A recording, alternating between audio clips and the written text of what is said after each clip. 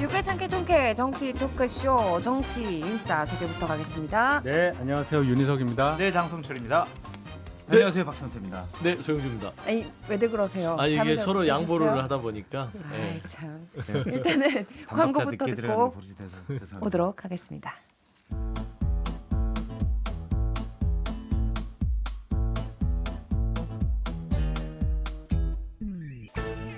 유쾌한 정치 토크쇼 정치인싸. 네, 여러분은 정치인싸와 함께하고 계십니다. 오늘은 여론조사 결과로 한번 시작을 해볼 텐데요. 어제 얘기했던 MBS 조사에서 윤 대통령 지지율 취임 후 최저가 나왔다 이야기했는데 같은 조사에서 김건희 특검법과 관련해서 찬성이 65%가 나왔네요. 일단 여론조사 개요가 지난 23일부터 25일에 전화 면접 조사로 진행됐고요. 자세한 내용 중앙선거 여론조사 심의위원회 홈페이지 참조하시면 됩니다. 자, 이게 말씀드린 것처럼 김건희 여사 특검법에 대해서 찬성 65% 그리고 조금 더 뜯어보면 젊은 보수층에서 오차 범위이긴 하지만 찬성 47%, 반대 45% 이렇게 나왔다는 거예요. 그러니까 오차 범위 내라는 건 뭐 앞섰다라는 표현을 하기는 좀 곤란해도 어쨌든 수치적으로 보면 이게 동등하게 나왔다는 것만으로도 뭔가 의미가 있는 게 아닌가. 그 국민들께서도 뭐 보수냐, 뭐 진보냐 떠나서 이 특검 그거보다 어쨌든 김건희 여사 문제가 정말 심각하구나. 이걸 그냥 넘어갈 수가 없다. 이런 인식은 굉장히 세진 걸로 보여요. 그동안 대선 할 때부터 이제 이 얘기가 나와서 3년 정도가 지나온 이슈인데 3년 정도 노출된 이슈인데 지금 검찰 단계에서의 여러 일들이 두 가지 명품백 사건하고 도이치모터 사건이 그동안 야당 쪽에서 얘기했었던 의혹 제기와 비슷한 방향으로 좀 간단 말이죠. 그러니까 국민들께서도 그 특검이라는 용어에 대한 이 거부감보다는 이 뭐라도 해서 이걸 밝혀야 된다는 생각이 많이 들 수밖에 없는 상황이다. 그게 여론조사에 정확하게 반영된 거라고 봅니다. 그리고 또 이제 뭐 TK에서도 58%가 찬성, 부산 경남에서도 찬성 58%. 장성철 수사님 어떻게 보셨어요? 그러니까 이게 두 가지 감정이 있는 것 같아요. 걱정, 우려가 있는 것 같고 또 하나는 두려움이 있는 것 같습니다. 왜 그러냐면 어렵게 정말 박근혜 정권 탄핵 당했는데 그거를 극복을 해가지고 5년 만에 정권을 다시 찾아왔는데 왜 보수파가 김건희 여사 때문에 또 국민에게 버림받고 다음번 선거를 어렵게 치러야 되느냐. 그런 것에 대해서 보수파 지역과 진영 내에서도 김건희 여사 문제는 어느 정도 좀 매듭 짓고 가자, 좀 정리하고 가자 그런 생각이 있는 것 같고요. 또한 김건희 여사에 대한 부정적인 보도가 많이 언론에 나오다 보니까 보수파 진영 내에 계신 분들도 아이고 큰일 났다. 김건희 여사 때문에 우리 망하게 생겼다. 그렇기 때문에 어느 정도 특검법을 통해서 이 부분은 좀 정리해야 되겠다. 그런 생각이 있는 것 같습니다. 그런데 이제 특검법이 통과가 되면 정말 밀리는 거다 이렇게 보시는 분들 밀려요? 완전히 밀리는 거다 야당한테 이렇게 보시는 분들은 없는 거예요. 그게 이제 대통령실 용산에 있는 분들은 그렇게 생각을 하는 것 같아요. 그러니까 박근혜 전 대통령 탄핵당할 때도 저 그때 이제 새누리당에 있었거든요. 네. 당에 있는 대부분의 아는 분들도 이거는 탄핵 막을 수 없다 이렇게 생각을 했었거든요. 심지어 저희들 보좌진들끼리는 어떤 얘기까지 했냐면 우리도 광화문에 나가야 되는 거 아니야? 이 정도는 도저히 우리도 옹호하거나 방어 수준을 넘어서 분노를 느껴 이렇게 얘기를 했었거든요. 근데 김건희 여사 관련해서 뭐 결정적인 어떠한 트리거 같은 뭐 판단할 수 있는 전 정말 안 돼. 특검 가야 돼 아니면 탄핵 가야 돼 이런 거는 아직 안 나왔지만 너무나 많이 쌓인 것 같아요. 한 3년 동안 김건희 여사에 대해서 뭐 여러 가지 학력 위조라든지 다른 모든 사안들, 주가 조작 이런 것들이 마일리지처럼 쌓여가지고 이제 거의 10만 마일리지를 넘어서가지고 이제 미국도 공짜로 갈 수 있을 정도로 마일리지가 많이 쌓인 것 같아요. 업그레이드해서. 네. 그래서 이거를 국민들이 좀 많이 막기는 어렵지 않을까. 아니 그러면 마일리지가 그렇게 쌓였으면은 이게 야당에서는 이런 예측이 나오더라고요. 김건희 특검법 이번엔 정말 통과된다. 그러니까 여권에서도 표가 좀 나올 수 있다 이렇게 보던데 그렇게 전망하세요? 김용민 의원이 이런 얘기를 좀 하는데 네. 야당이 입 다물면은 가능성이 좀 더 높아지는데 바로 그거예요. 야당이 계속 얘기하면은요. 아 이거 뭐야 막 이럴 것 같아요. 그쵸? 그게 제가 그 하는 얘기인데 김건희 여사 문제를 저희가 어떤 식으로든 해결을 해야 된다는 필요성은 굉장히 높아요. 그건 뭐 인지상정입니다. 근데 이거를 특검법으로 가서 표결로 국회 표결로 해서 통과시킨다는 지점까지 가게 될 때는 당시의 여야 상황도 중요하고 야당에서 어떤 식으로 나오냐가 더 중요해요. 야당에서 이런 식으로 다른 사람도 아니고 뭐 김용민 의원 뭐 이런 분들이 나와서 막 얘기를 하면 안 찍습니다. 그렇지. 그렇게 안 해요. 저희 의원들이 소속이 저희 저 여당이기 때문에 딱 그 지점에서 멈추게 될 수밖에 없다고 저는 보기 때문에 정말로 이 통과를 원하면 이런 식으로 정치 공세하면 안 된다. 그러니까 이분들이 저도 그런 부분에 예. 일부분 동의합니다. 제가 보면 가만 놔둬도 넘어져요. 옆에서 자꾸 흔들면 붙잡습니다. 그냥 잘 돼가 어이구 이 정도만 해줘도 알아서 무너지게 돼 있습니다. 그리고 특검의 가장 1번은 야당에서 특검 필요하다. 또 탄핵을 또 마찬가지입니다. 탄핵 1번은 뭐 특검의 경우는 이제 야당에서 요구하고 표결에 붙여야 되겠지만 탄핵 같은 경우는 야당에서 깃발을 흔들기보다는 정말 국민들의 공분 포인트가 될 수 있는 거 이른바 스모킹 건들이 나오면 민심이 들고 일어나서 자연스럽게 될 수도 있을 것 같아요. 그래서 뭐 너무 안 그러셔도 되고 저는 이번에 MBS 여론조사에서 김건희 여사 특검법이 높게 나왔고 대구, 경북, 부산, 부울경에서도 높게 나왔잖아요. 특히 대구, 경북에서 58%가 나왔는데 이게 여사에 대한 비호감도 조사가 아니라 그냥 특검법입니다. 그러니까 차이가 있어요. 그러니까 제가 왜 이 말씀을 드리냐면 처음에 한동훈 대표가 여사의 문자를 익십했다고 나온 전당도의 초기에 친윤도 친한도 아닌 그래도 여권 핵심 관계자에게 한번 물어보니까 이건 한동훈 대표가 좀 타격이 있을 것 같은데 라고 물어보니 그분이 뭐라고 그러냐면 여사에 대한 비호감도가 보수 지지층 사이에서도 너무 높아서 큰 타격은 없을 것 같더라. 첫날 딱 그렇게 얘기하더라고요. 근데 사실 한동훈 대표가 타격이 없고 오히려 여사 쪽이 좀 더 타격을 받는 모습. 근데 그게 쌓이고 쌓여서 이건 비호감도는 이미 뭐 제가 볼 땐 80% 이상일 거라고 보고 특검법 찬성은 뭐냐면 처벌해야 된다라는 거예요. 나는 여사가 싫어요가 아니고 문제가 있다면 처벌해야 됩니다라는 게 김건희 특검법에 나타난 민심이라고 생각을 해요. 보수 지지층에서도 그 정도를 들어야겠다. 만약에 뭐 여사를 꼭 처벌하고 싶다 이것보다도 최소한 대통령권 내가 뽑은 대통령하고는 분리시켜야 된다라는 민심이 드러난 겁니다. 네, 보면은 뭐 말씀 다 잘 해주셨는데요. 보수든 진보든 정상적인 사고를 하는 어떤 국민들이라면 김건희 여사의 어떤 최근 그동안 쌓여왔던 2년 6개월 동안의 행보를 보면 특검이 필요하다는데 누가 고개를 끄덕이지 않겠습니까? 예를 들면 선출되지 않는 권력이잖아요. 선출되지 않는 권력이 본인이 뭔가 국정에 개입하는 듯한 공천에 개입하는 듯한 마치 대통령인 양 그렇게 국정을 어지럽히고 있다는 측면에서는 특히 보수층에서는 국정의 가장 큰 걸림돌이라고 생각할 수 있어요. 그래서 윤석열 대통령에 대한 지지 자체도 결국에는 잘 못하더라도 그래도 이 나머지 임기를 좀 잘 맞추도록 우리가 바쳐야겠다는 보수에서의 생각이 있다 하더라도 이거 김건희 여사 이분 때문에 이 나머지 임기도 다 못하는 거 아니야? 이게 장소장님이 얘기했던 박근혜 전 대통령의 탄핵 트라우마를 보는 거예요. 그래서 저는 김건희 여사가 처음부터 허위 경력 당시에 사과를 국민들한테 하면서 자기는 조용한 내조를 하겠다고 약속을 지켰으면 이런 일이 없었을 텐데 사람이 약속을 안 지키면 이런 꼴을 당하는 겁니다. 그래서 저는 이런 부분에 있어서는 특검을 국민의힘 쪽에서는 김용민 의원이 조금 이렇게 좀 뭐라면 좀 뭐라죠? 이렇게 야질 논다 그러나요? 기분 나쁘게 하더라도 현실적으로 보수가 살려면 저는 김건희 여사 특검법 정도는 내부에서 좀 받아서 윤석열 대통령의 국정 부담을 덜어주는 게 보수도 살고 윤석열 대통령의 나머지 임기도 채울 수 있지 않을까 그런 생각이 듭니다. 진짜 그렇게 생각하세요? 저는 그렇게 생각합니다. 이게 아니. 뒤에 하나가 더 있을 것 같아요. 뭐 제면 말고. 아니, 지금 네 분께서 어쨌든 김건희 여사에 대한 비호감도를 떠나서 어쨌든 이거는 옳은지 그른지를 수사해야 된다는 목소리가 좀 높아진 것 같다라는 분석을 대체로 해주셨는데 이번 주에도 계속해서 이제 김 여사 관련된 기사들이 나왔습니다. 이른바 명태균 게이트. 이거부터 한번 가보죠.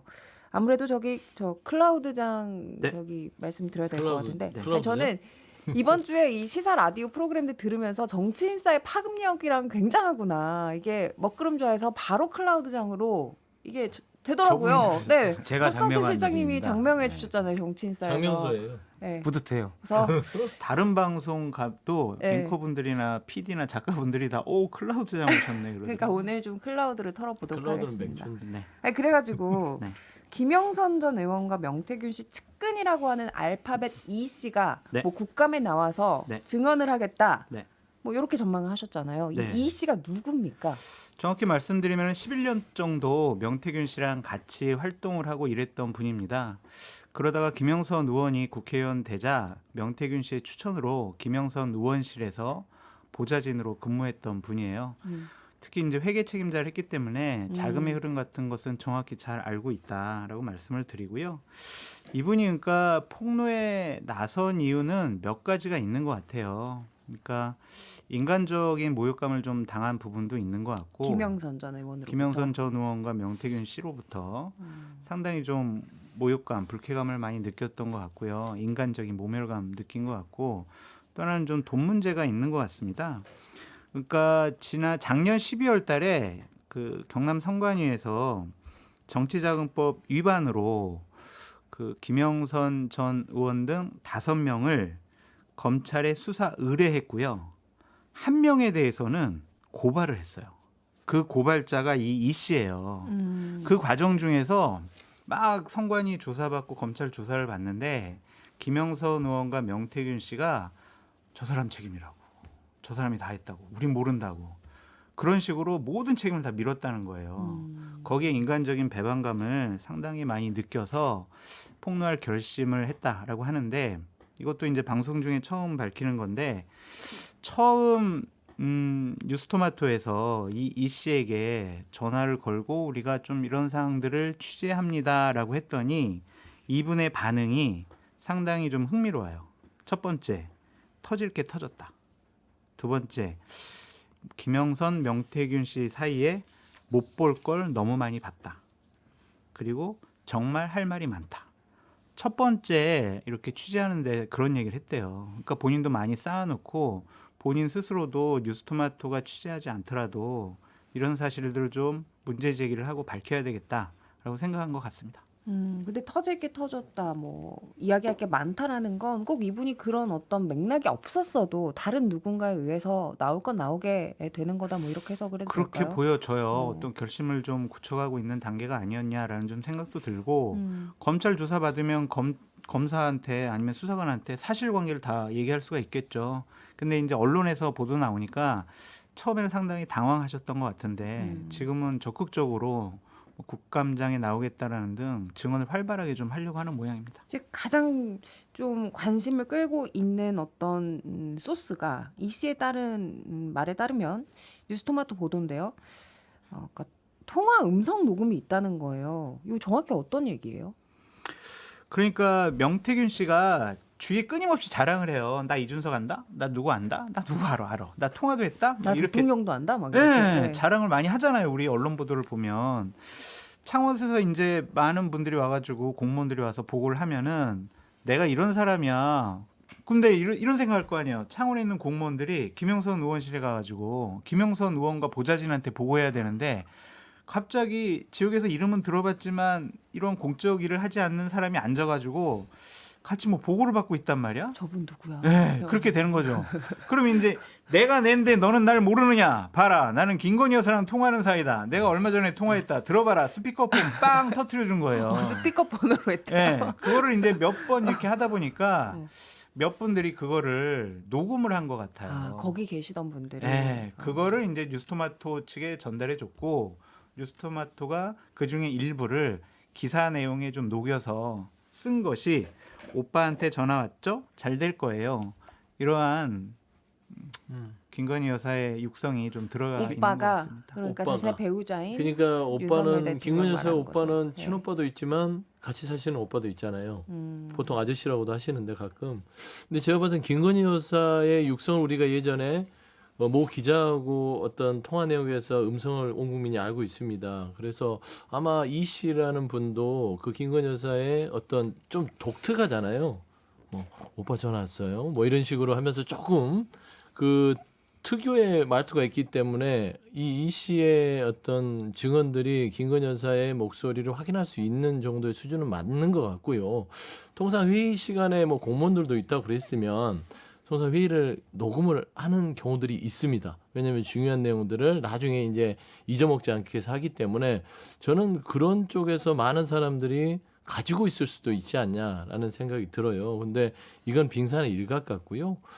따지고 보면은 우리 정치권 주변에 많아요. 그런 분들. 내가 누구 알고 그런 분들이 많은데 명태균 씨 아까 장 소장님 얘기한 대로 김영선 의원이 본인 옆에 앉혀놓고 나처럼 대해라 하고 고모한테 보고를 받는다는 건 말도 안 되잖아요.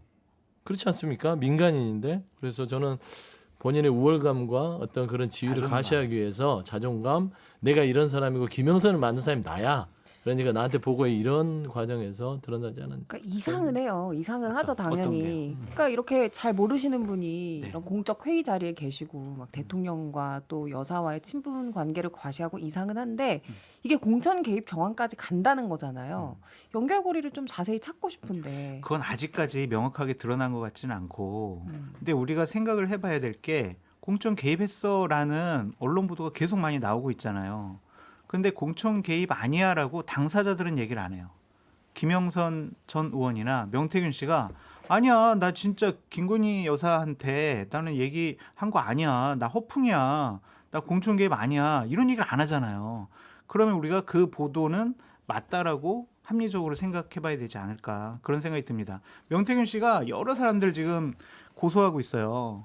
심지어는 저도 고소하겠다고 딴 분한테 막 얘기를 하고 있대요. 아직 고소장은 안 들어왔어요? 저 고소할 거 없어요. 저희 대해서 뭘 고소하겠어요. 제가 본인에 대해서 여러 가지 제보를 받아가지고 얘기를 하니까 좀 기분이 나쁜 모양인데 그렇게 고소 좋아하시는 분이 이 공천 개입 문제와 관련해서는 고소를 안 하고 있단 말이에요. 그럼 뭐겠어요. 했다라고 볼 수밖에 없는데 그거에 대한 입증은 뉴스토마토와 국감장에서 증언을 할 이 씨가 어느 정도 밝히내지 않을까 그런 생각이 듭니다. 몇 가지 정황들이 계속 나왔잖아요. 첫 번째 보도부터 22년 보궐선거에 창원 의창 공천을 김영선 씨가 뜬금없이 받게 되는데 지금 녹취로 보니까 명태균 씨가 그 보좌관 이 씨와 했던 대화 내용을 보면 본인이 대통령과 여사에게 힘을 써서 됐다는 취지잖아요. 이것만 놓고 보면 이 명 씨가 그러니까 여권 관계자들 얘기했지 화장성세가 심하고 본인의 몸값을 올리기 위해서 좀 뻥치는 거다 이른바 볼 수도 있죠. 그런데 실제 그렇게 됐어요. 문제는.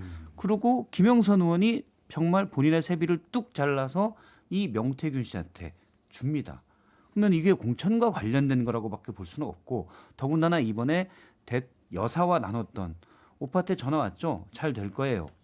요거까지 있다라는 것은 물론 뭐 여사의 목소리가 아니다고 누가 나중에 주장할지는 모르겠지만 제가 들어보면 나중에 알겠죠.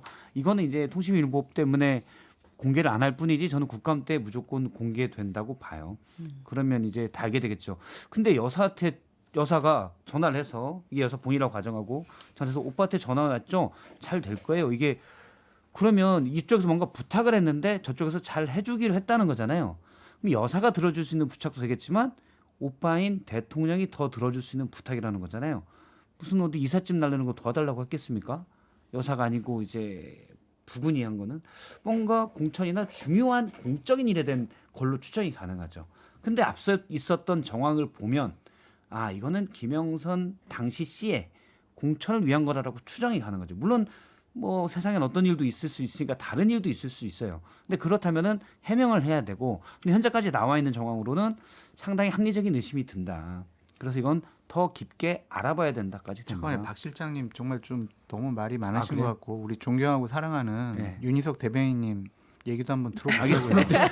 아니 저 질문 드리고 싶었던 게 윤 대변인님한테 지금 장 소장님은 이제 마땅히 거부를 안 한다. 그러니까 이거 합리적으로 의심을 할 수밖에 없다. 이런 취지로 말씀하셨는데. 거부를 안 한다고요? 그러니까 이 정황에 대해서 부인을 뭔가 안 부인을 한다? 안 한다. 김영선 그다음 명태균. 명태균 둘이 근데 아무 말씀도 없으시다. 이 근데 부분에 그냥 대해서. 무시를 하는 거다 이렇게 받아들이는 분들도 있더라고요. 어떻게 보세요?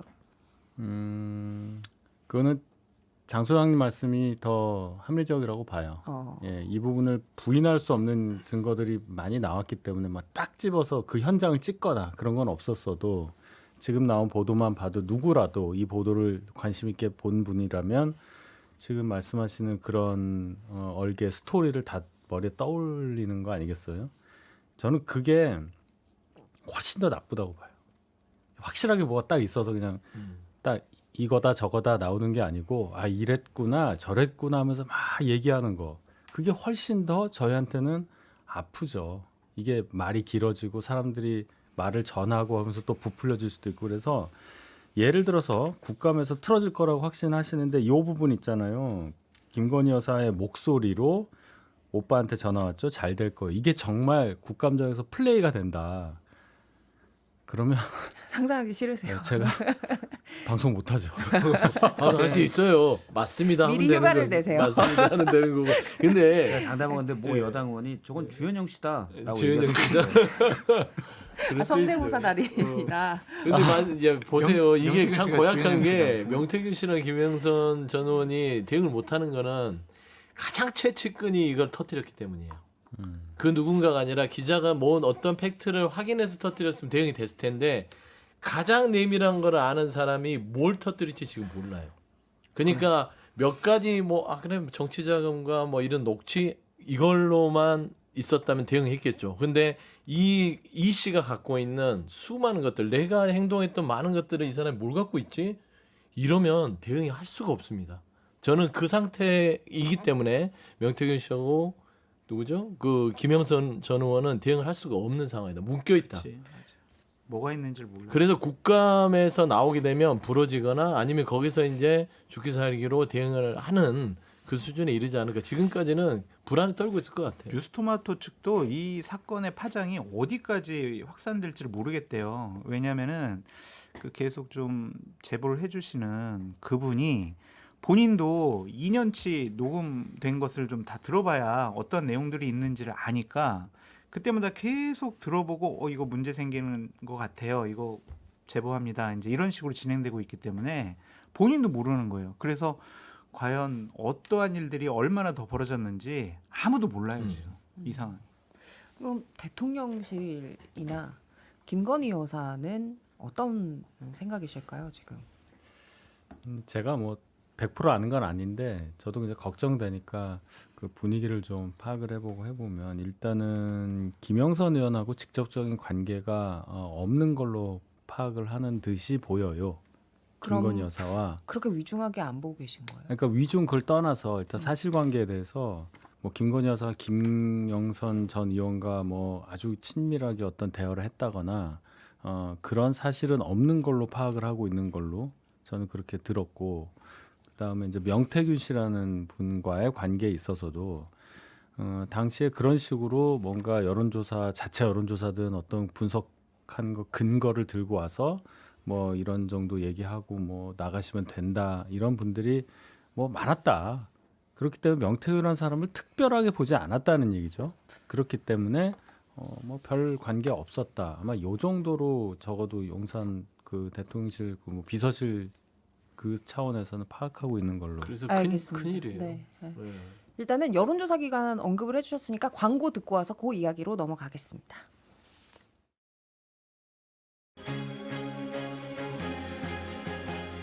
지금 여러분께서는 6회, 3회 통쾌한 정치 토크쇼 정치 인사를 듣고 계십니다.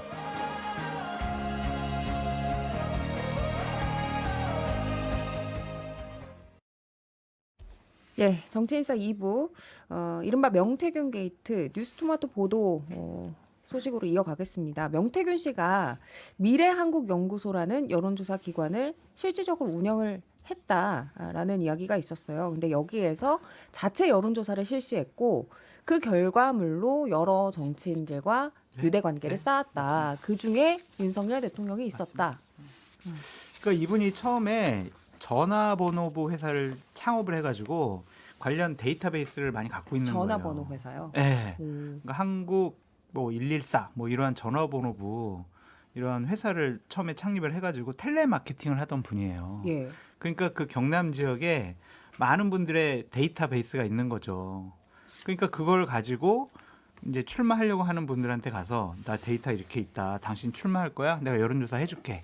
이런 식으로 해서 2018년도에 여론조사 회사를 만들었거든요. 2018년. 네, 그때부터 김영선 전 의원과 여러 가지 관계가 이제 맺어진 것 같다라는 좀 생각이 드는데 뉴스토마토에서 보도한 여론조사와 관련된 기사를 갖고 윤석열 대통령이 잘못했다, 뭐 이준석 의원이 잘못됐다 이렇게 보기는 어려울 것 같아요. 그냥 본인도 그 전문가니까 나 정권 교체 됐으면 좋겠네. 나 정말 윤석열 총장 같은 사람이 정치했으면 좋겠다. 대선 승리 가능성 높다. 자체적으로 여론조사 해보니까 그게 높게 나온단 말이에요. 가서 김영선 의원한테 얘기해가지고 나 여론조사 많이 했는데 검찰총장 좀 아시면 나 좀 소개시켜줘요. 그 두 분이 처음 만났다라는 거 아니에요. 근데 그거 가지고 뭐 문제가 있다, 잘못됐다라고 보기는 어렵습니다. 그러니까 박은정 의원 같은 경우에는 이런 주장을 하더라고요. 그러니까 그런 과정 속에서 정당한 대가를 주고받고 계약서 쓰고 했으면 괜찮은데 네. 무상으로 보고받았다. 그렇다면 정치자금 부정수수죄에 해당된다라고까지. 그러면은 거의 모든 대선 후보들, 당대표 출마하는 사람들은 다 처벌받아야 돼요. 왜냐면 이런 사람들이 너무나 많아요. 저도 그냥 대선 캠프에도 2번이나 있었고 당대표 선거 치러보았을 때 많은 사람들이 보고서 만들어 오고요. 여론조사 분석했는데요. 조사했는데요. 이래요 하면서 너무 많이 갖다 줘요.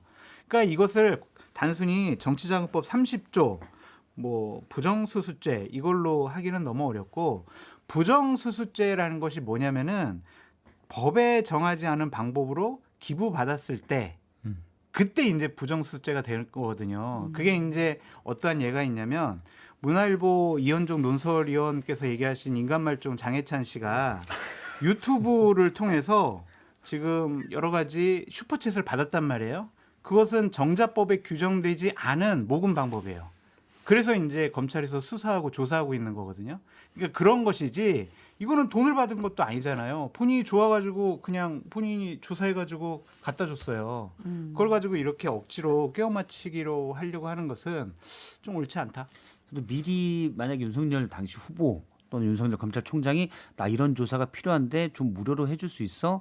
라고 요청을 했다면 여기에 위반될 수 있지만 전체적인 분위기, 물론 대선 즈음에서는 먼저 요구했다는 것도 있어요. 근데 전체적인 분위기에서는 명태균 씨가 어떻게 보면 이때는 그냥 형상만 놓고 본다면 지지자 입장에서 여론조사 결과를 자체 수행한 여론조사를 갖다 줬기 때문에 이거를 정치자금법으로 보기는 좀 문제가 있고요. 핵심은 그 여론조사 관련된 뉴스토마토 보도의 핵심은 이런 식으로 명태균 씨가 대통령 부부와 친분을 쌓아왔다.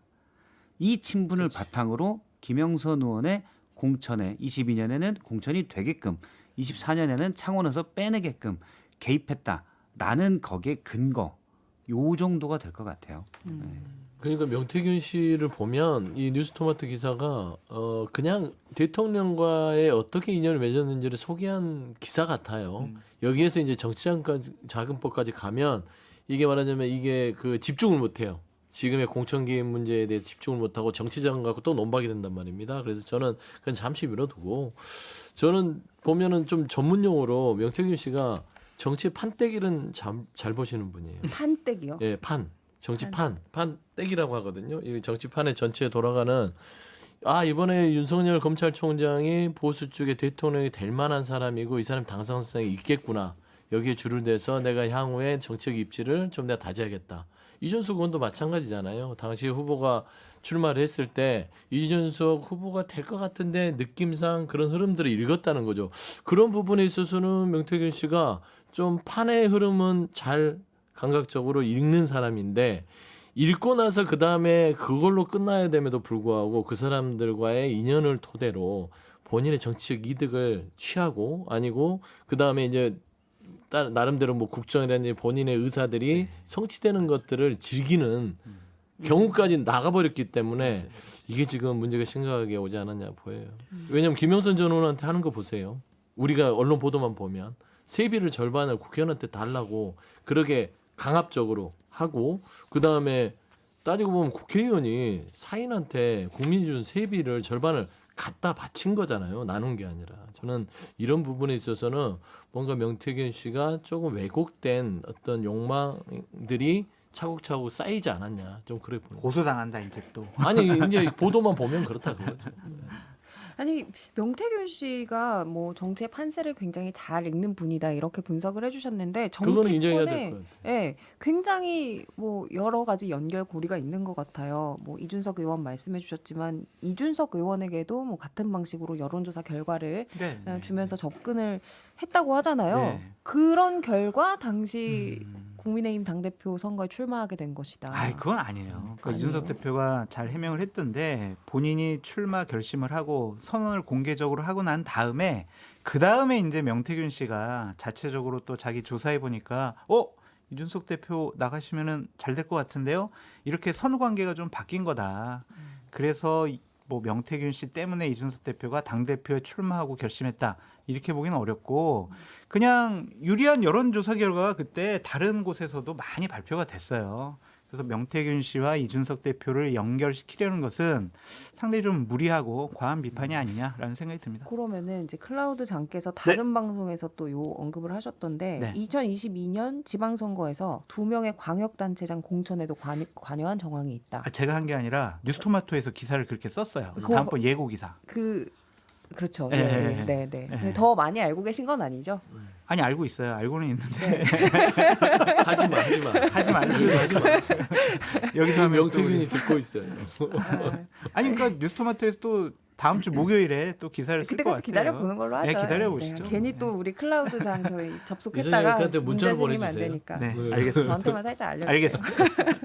그리고 또 안철수 의원과의 관계도 뭐 다른 언론 통해서 이 단독 보도로 나왔더라고요. 뭐 누구죠? 그 안철수 캠프에 계신 분하고의 카톡 내용. 최진석. 네. 네. 단일화 과정 윤석열 대통령 당시 후보와의 단일화 과정에서 명태균 씨가 뭔가 관여를 한 듯한 것처럼 보이는. 그러니까요. 그러니까 얼마 전에 안철수 의원이 방송에 나가서 나는 명태균 씨를 모릅니다. 명태면은 알지. 명태균은 모릅니다. 막 이러니까 명태균 씨가 화가 난 거잖아요. 바로 SNS에 사진 올렸던데. 네.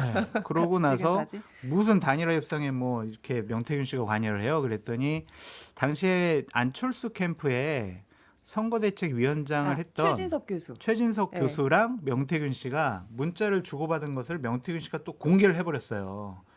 근데 거기 내용들을 좀 보면은 최진석 교수에게도 또 많은 분들이 단일화 하게 되면은 또 이래야 된다 저래야 된다 많이 얘기를 해요. 그게 정치권에서 흔한 일이에요. 근데 그걸 가지고 명태균 씨가 안철수, 윤석열 단일화에 결정적인 역할을 했다. 조언을 했다. 그렇게 보기에도 좀 어렵다라고 말씀드려요.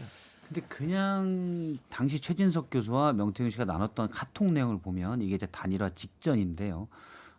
최진석 교수가 단일화 실무를 어느 정도 하고 있었는데 거기에 어떤 플랜들에 대해서 나와요. 구체적인 실무에 대해서 나오기 때문에 이거 그냥 조언을 듣는 정도가 아니라 이쪽 실무는 명태균 씨가 뛰고 있구나. 주도권을 완벽히 쥔지는 모르겠어요. 아니면 그 위에서는 사실은 장제원, 이태규 이렇게 두 분이 했던 것으로 알려져 있었기 그렇죠. 때문에 근데 그 밑에서 또는 또 다른 라인으로 이 두 분이 또 실무 작업을 하고 있었구나라는 정황은 충분히 되는 것 같아요. 그러면 이건 뭔 말이냐면 당시 윤석열 캠프 내에서 주류 라인에 지금 윤석 대변인도 당시 캠프에 있었기 때문에 어떻게 될지 모르겠지만 무건 수행하세요? 근데 네? 아니, 질문을 하세요. 공식적인 라인인지는 모르겠지만 명태균 씨가 단일화 협상을 안철수 후보 측과 하는 거기에 나설 정도로 최진석 교수는 그때 상임선대위원장이었거든요. 나설 정도로 상당히 역할을 했었구나. 그리고 JTBC가 얼마 전에 또 단독 보도한 게 있습니다. 여기에서는 당시 안철수 캠프에 있던 분이 명태균 씨가 단일화 관련돼서 대통령님이 전화할 겁니다. 그러니까 윤석열 후보가 전화할 겁니다. 그 조금 있다가 전화가 왔다라는 거예요. 제가 그 뒷얘기를 잠깐 들었는데 그걸 전화를 받았던 분이 안철수 캠프에서 그 상당히 캠프의 주도적인 역할을 했던 분이에요. 예. 근데 명태균 씨가 말한 뒤에 얼마 뒤에 바로 윤석열 후보가 그분한테 전화를 했다는 거예요. 그러면 그 정도의 윤석열 당시 후보와 지금의 대통령과 명태균 후보의 관계가 깊구나라는 정황이 되죠. 그러니까 애초에 쭉 잠깐만 말씀드리면 여론조사 자료를 가지고 신뢰를 쌓고 그래서 신뢰가 상당히 형성돼서 단일화 협상에서도 명태균 씨가 주도적 역할을 했고 그다음에 대통령이 된 뒤에는 22년 바로 그때 지방선거 보궐공천이 있었잖아요. 그때는 명태균 씨가 그런 신뢰관계를 바탕으로 김영선 의원 공천쯤은 부탁해서 만들었지 않았겠냐라는 합리적 추정이 가능하죠. 제가 좀 얘기를 하면요. 지금 명태균 씨에 대해서 굉장히 너무 과대평가하는 느낌이에요. 맞아. 그건 있어. 지금 그 얘기를 해야 돼요. 맞아요. 이분이 정치판을 정말 잘 읽어서 윤 대통령도 결국 당선됐는데 이준석 대표도 대표가 됐는데 미리 가서 접촉해서 뭐 그랬다는 얘기처럼 들리잖아요. 근데 보세요. 윤 대통령 21년 3월 4일일 거예요. 제 기억에. 그때 네. 검찰총장을 그만둬요. 네. 그 전에 12월 말에는 그 추미애 장관과의 그 여러 가지 관계를 통해서 추윤 갈등하면서 국민적으로 이렇게 떠오르잖아요. 보수 쪽에 있는 분들은 특히 저 같은 사람들은 당장 22년 대선에 우리 당 후보 누구로 하자 하던 시점에 다 윤 대통령 주목하던 때예요 이미.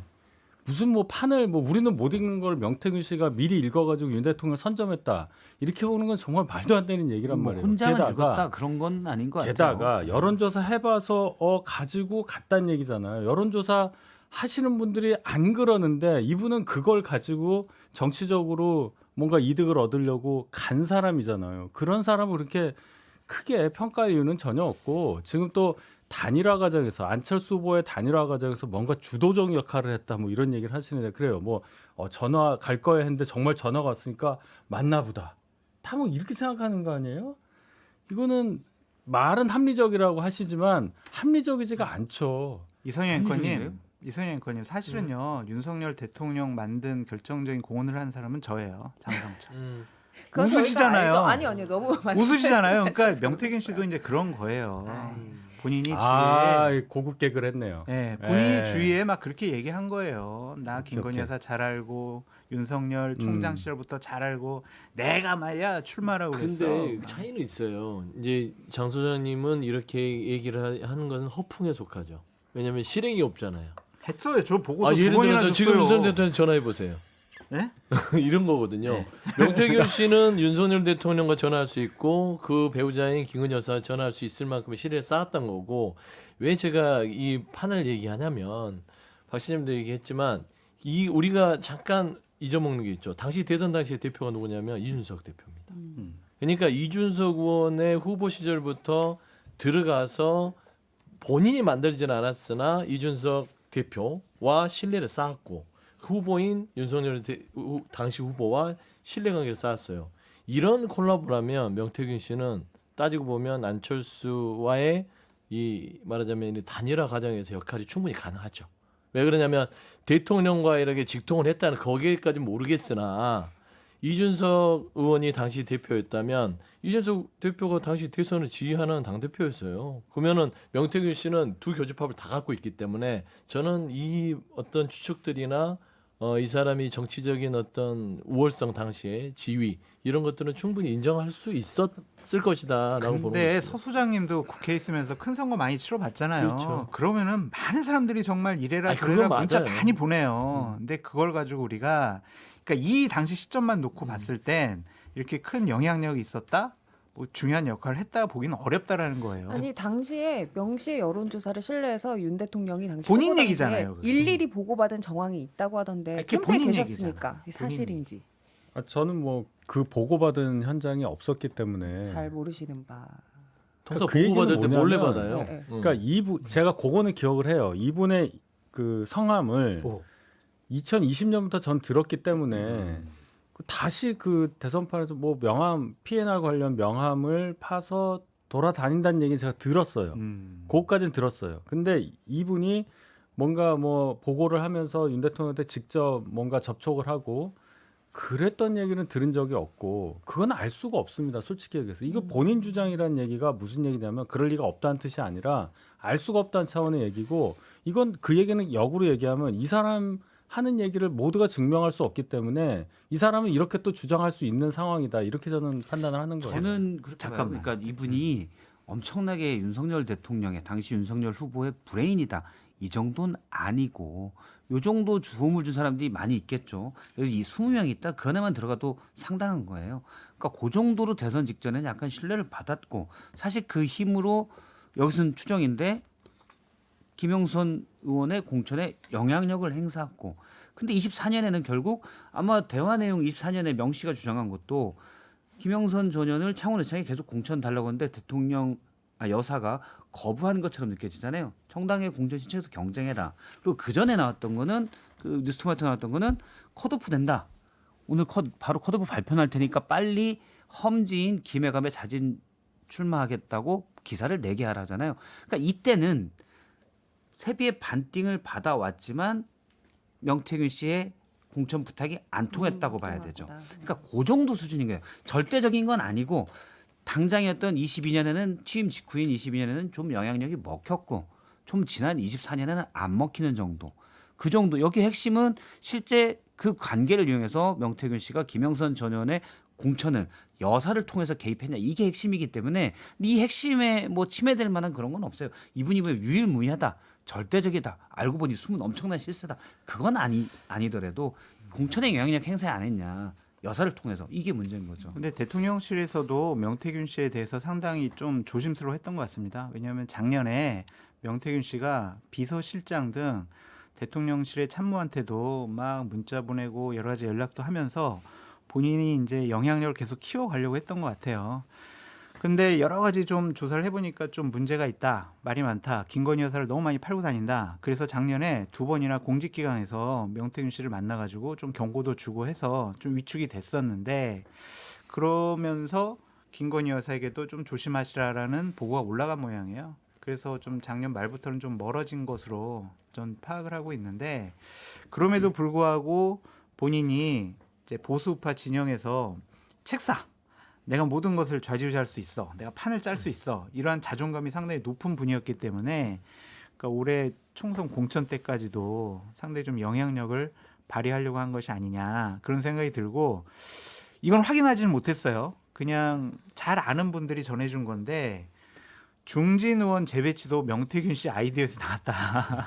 뭐 그런 얘기까지도 뭐 전달해 주더라고요. 그러니까 이 부분은 좀 확인해 볼 필요가 있는 건데 어쨌든 판을 좀 보는 눈은 있는 거는 맞는 것 같다라는 생각이 듭니다. 근데 반론이 있습니다. 하십시오. 대통령실의 워닝이 공직기강 비서관실을 통해서 있었고 여사가 그 지적을 받았다고 얘기했는데 네. 그럴 일은 없습니다. 왜요?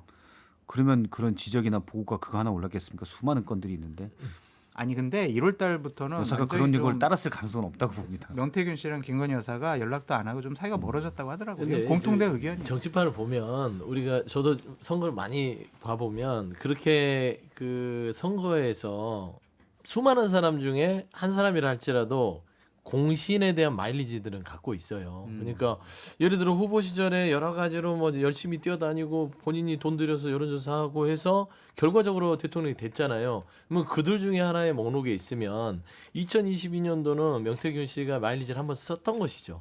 이제 추측건데 그래서 그 부분은 한번 챙겨주는 것이다. 근데 24년도는 이제 한 번 마일리지를 썼는데 또 24년도에 한 번 더 하니까 이제 그만해.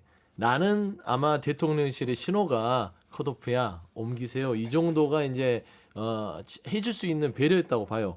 하지만 이거는 이제 하나의 과정의 설명일 뿐이고 중요한 거는 김건희 여사와 명태균 씨는 분명히 어떤 연결고리가 분명히 있는 것이고 네. 통화도 있는 것이고 대통령과의 관계도 있는 것이기 때문에 이건 부정할 수 없고요.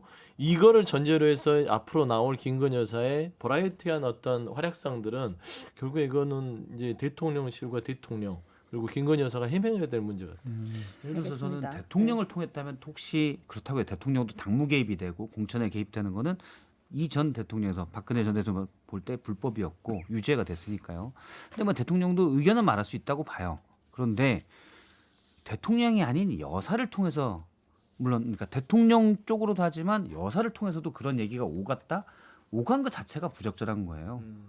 여사가 왜 중요한 민주주의의 꽃인 공천의 문제에서 선거의 문제에서 이래라 저래라 여기는 어떻고 저기는 어떻고 뭐 개인적인 의견이라고 얘기할 수도 있겠지만 어떻게 개인적인 의견이 될 수가 있겠습니까?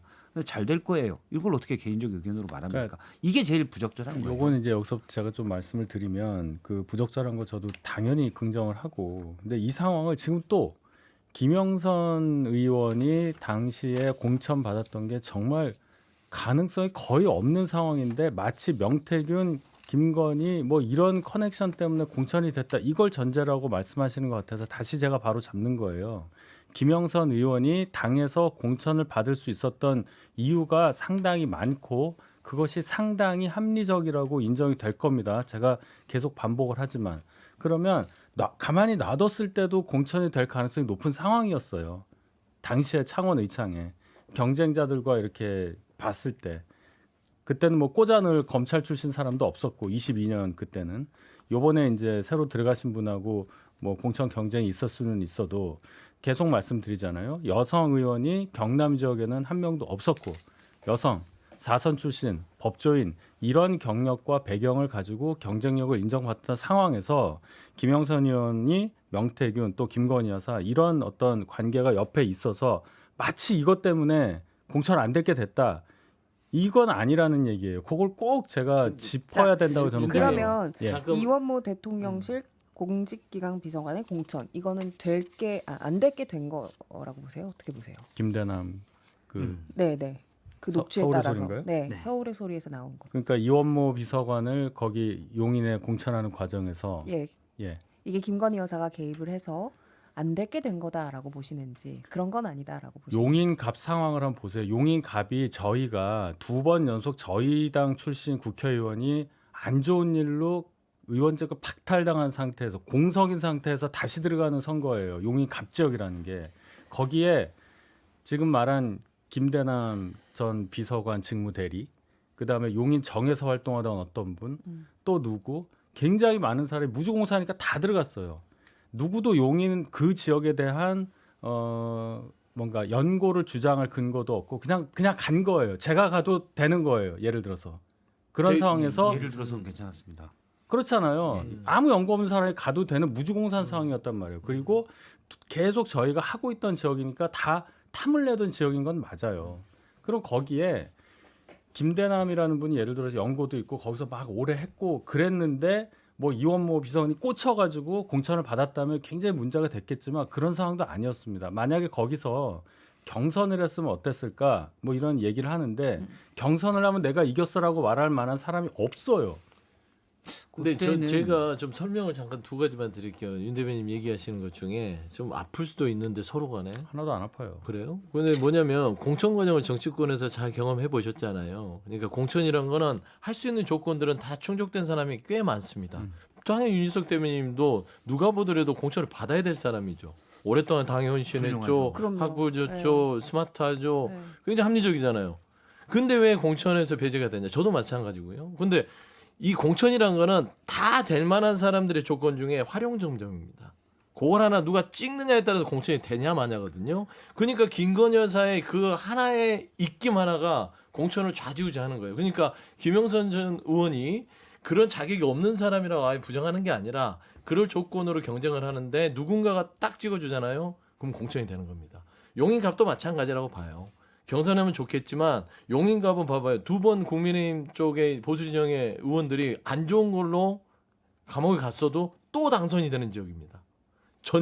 전산의 비리로 또 감옥 갔는데 또 국민의힘 그 보수 쪽에 당선돼서 또 가도 여기는 누가 돼도 찍으면 거의 강남의 효과만큼 되는 곳이기 때문에 이원모 비서관이 그럴 자격이 없다고 부정하는 게 아니라 그 사람을 넣어놓고 나서 전략공천을 하는 와중에 점을 하나 눈에다가 용그림에 눈을 딱 그려주는 그 역할을 김건희 여사가 했다면 이건 굉장히 큰 영향력이 있다고 볼 수 사실 있는 이용모 것이죠. 비서관은 처음에 강남을에 간다고 했었잖아요. 근데 그때 떠들썩했어요. 대통령의 최측근으로 불리는 검찰 출신 인사가 국민의힘으로서는 가장 노른자위인 강남을에 신청을 하냐. 이건 그냥 따놓은 당상이다. 부적절하다. 그래서 친윤 공천이다. 논란이 막 됐습니다. 그래서 피해간 게 거기도 양지지만 용인갑으로 간 거예요. 근데 그거 뭐 여사에 꼭 픽이라고 그건 모르겠어요. 왜냐하면 워낙 이용호 비서관은 그 전부터 대통령 여사 다 총애를 받는 인사로 알려졌었기 때문에 그건 몰랐던 사실이 아니어서 다만 김대남 행정관과 이명수 기자의 녹취에서 확인할 수 있는 건 대통령실에서 오랫동안 일한 김대남 비서관도 이건 여사의 힘이라고 믿고 있다는 게 무언중은 아니죠.